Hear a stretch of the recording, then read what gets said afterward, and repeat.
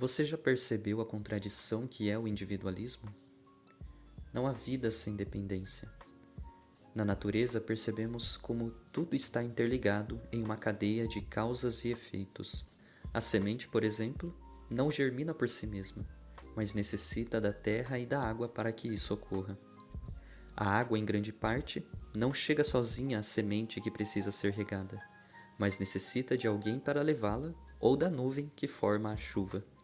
Além disso, os fungos desempenham um papel essencial para que a árvore possa absorver os nutrientes de forma mais eficiente, por um processo que é chamado de micorriza.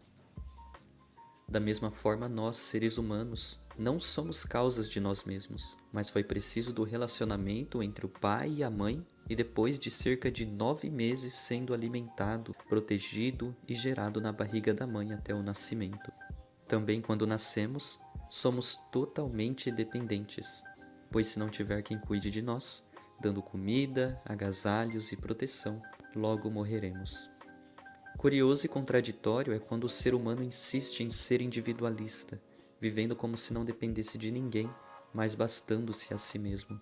Ora, primeiro é contraditório porque, para que você respire, para nutrir seu corpo, para aprender algo, enfim, para se viver, é necessário de agentes externos a você.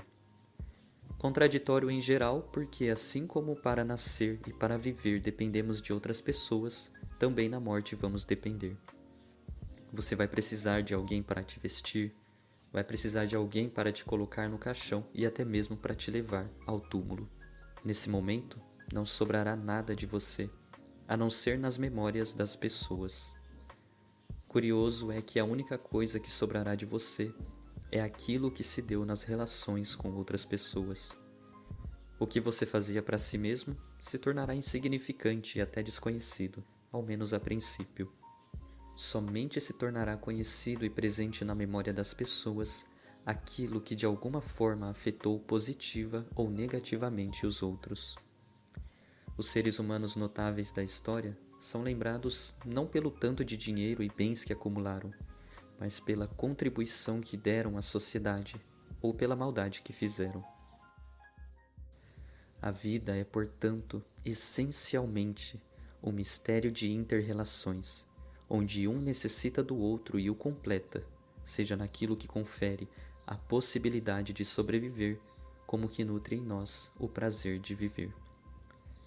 Nessas relações, os seres humanos se completam mutuamente quando se congregam, pois ali exercem o que dá sentido e ânimo à vida, isto é, a faculdade racional e afetiva.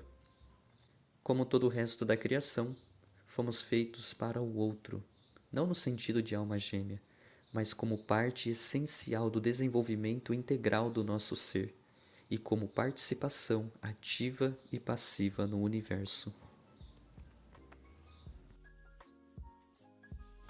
O que você achou dessa reflexão? Comenta aqui embaixo.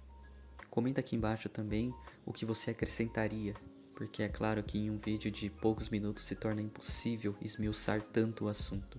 E se você discorda, comenta aqui embaixo também o seu ponto de vista. Ver opiniões diferentes é sempre algo enriquecedor. E para não perder os próximos vídeos, se inscreva no canal. Valeu, falou e fui!